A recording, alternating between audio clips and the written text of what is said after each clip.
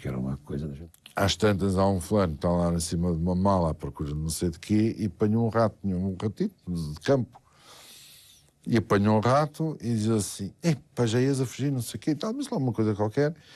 Assim, isto com mais um, a gente fazia aqui uma corrida e não sei o que mais. Isso, aquilo, como te ter dito, outra coisa qualquer, não é? E eu ouvi e digo assim, olha, se queres que entre nas corridas, então dá cá esse que eu pinto-lhe um número. Número é que queres que eu pinte? E uma lista. Os queijos com os peitilhos, não é? O número de tantos, de corridas de cavalos, tal e qual. Atávamos uma lata ao rabo, não é? Depois levávamos os queijos até à ponta da pista. Um tipo dava um tiro lá e os queijos todos para ali abaixo, um desassossego, desgraçado, não é? Um ganhava, pronto, e passávamos isto é uma coisa indescritível. É inimaginável, mas a gente passava domingos inteiros a fazer isto. Deu uma corrida de Fórmula 1 fabulosa. Cervejas, um foi buscar uma grade de cerveja, o outro não sei o quê, tal, malta a assistir, aplausos e coisas, quer dizer. Os soldados, quando tinham a oportunidade de ir fazer o reabastecimento, procuravam ir nessas colunas de reabastecimento que se deslocavam a Catió, de maneira que era a nossa sede de batalhão.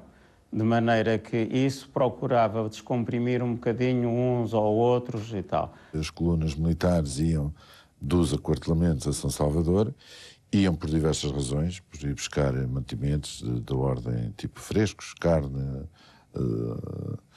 galinhas. Fazíamos uma viagem, no mínimo por semana,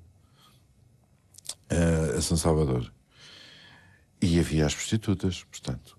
Era perfeitamente assumido pelos comandantes com essa possibilidade de os soldados poderem deslocar-se sempre que faziam uma operação de reabastecimento à cidade grande mais próxima, tinham essa possibilidade porque montaram, de facto, chegaram a montar-se prostíbulos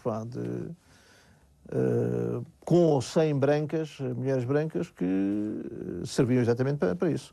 Bem, uns 100, 100 e tal, militares, para uma dessas prostitutas, porque assim durante a manhã iam lá uns 150 à volta disso.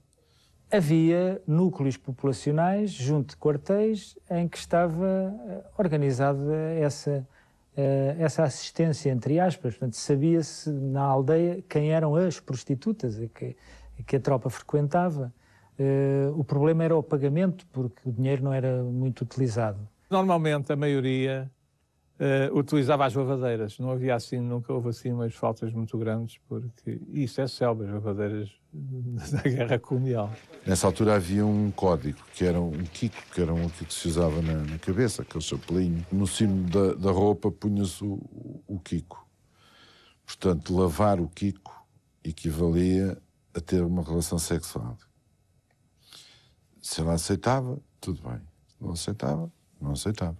Na senzala mais perto do quartel, um homem, o Viegas, disponibilizava umas quantas raparigas que tinham inclusive uma lingerie lindíssima, raparigas negras, de senzala, metida na mocaba lá no interior, uma lingerie lindíssima e tal, e que ele disponibilizava, era um proxeneta, não é? Eu uma vez, por acaso, perfeitamente, para mim foi tão insólito quanto rápido, não é?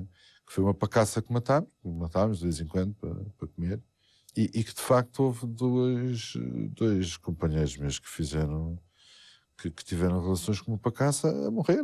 Quer dizer, portanto, pacaça é assim uma coisa entre o boi e o búfalo, não é? O negócio do sexo e as atividades ligadas à diversão registaram nos centros urbanos um acentuado surto de desenvolvimento com a chegada dos primeiros soldados. Subitamente, centenas de homens começavam a afluir regularmente a Luanda e mais tarde também a Lourenço Marques. Esse facto e as novas necessidades que ele provoca transformam a fisionomia das cidades, trazendo uma nova dinâmica à vida social. O comércio florescia, a noite animava-se. O novo ambiente começou por viajar com a tropa, logo em 1961. A bordo de Veracruz, isto já foi em junho, havia muitas raparigas dessas. Quando se metia conversa com ela, então, e a senhora o que é que vai fazer e tal? Eu sou enfermeira, nem que vou para o hospital e tal. Claro que passados meses, quando estávamos em Luanda, íamos aos cabarés e tal, e vimos lá as enfermeiras, nossas companheiras de bordo, a atacarem ali fortemente nos cabarés que abriram, não sei se 2 dezenas de repente, de cabarés em Luanda, com um espetáculo, alguns striptease logo. Imensas prostitutas que vão daqui para lá, muitas. Abrem 3 ou 4 casas de meninas brancas que se fixam em Lourenço Marques, que se fixam em Nampula, que é a capital da guerra propriamente dita. Iam até às cidades do interior, tipo Negage, Uíge, Carmona Uíge, São Salvador, etc., onde se instalavam durante uns dias, lá na pensão local. Toda a gente, como era um meio muito pequeno, toda a gente sabia que estava ali uma rapariga branca, uma jovem branca, pá, que era portuguesa, que vinha da metrópole e tal, e então, pá, não havia falta de pretendentes para ela. Lourenço Marques é a ponte de passagem, é a porta de passagem. E, vamos lá, a Capua, onde vêm as delícias de Capua, os que vêm doentes, os que vêm feridos e vêm para o hospital militar para convalescer, os que vêm de férias de 2 semanas, os que vêm descomprimir das operações do mato. Era um florescer de bares por todos os lados, nightclubs, uma rua muito famosa que era a Rua Araújo e que se transforma num cais de Sodré nos seus tempos áureos. As negras que vêm dos subúrbios e que começam a transformar-se em raparigas de alterno. Luanda tinha um bairro praticamente só de prostitutas, não é? Era um negócio que a própria prostituta ia lá durante 2 anos, ficava rica. Os bares daquela zona do cais começam-se a encher dessas raparigas. Os homossexuais começam a sair mais do armário e porque, pronto, começam a fazer os seus engates que a tropa sempre foi. Então eu sou o soldado, que ganha pouco e não sei o quê. Foi sempre estava ali numa guerra, estava vivo, hoje, amanhã estava morto. É sempre um terreno, um campo fértil para este tipo de coisas e começa a haver uma liberalização de mentalidade. Mas só a partir de meados da década de 60. Também nos planos cultural e social, a guerra vai influenciar o desenvolvimento das sociedades moçambicana e angolana, sobretudo nos setores de origem europeia, mas não apenas. Nas principais cidades, Lourenço Marques e Beira, reforça-se, nomeadamente, o movimento editorial que já existia. Não sei se o que escrevo tem a raiz de algum pensamento europeu. É provável. Não, é certo. Mas africano sou. Uma vida cultural própria manifesta-se também em outros domínios, como as artes plásticas, ou na apresentação regular de teatro, ou na permanente exibição de cinema de diversas origens. Mas está também muito ligada a figuras e valores consagrados na metrópole. O caso da música clássica, cujas temporadas garantiam a presença de grandes nomes de então, ou que viriam a sê-lo. O panorama da música ligeira portuguesa reflete-se com frequência nas salas de espetáculos, com a presença dos artistas mais conhecidos, enquanto o meio artístico local dá a conhecer os seus valores, em réplicas de concursos e festivais popularizados na metrópole.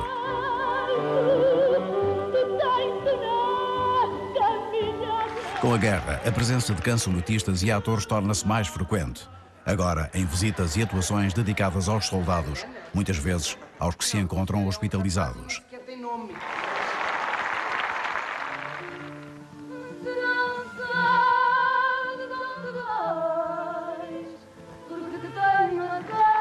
É porventura nestas festas organizadas para militares que se verifica uma maior presença de africanos.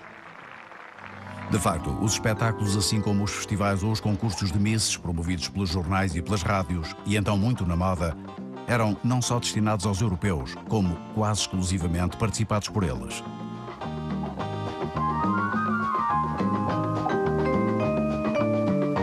Tudo isso funciona dentro daquela esfera fechada que é constituída pela sociedade branca.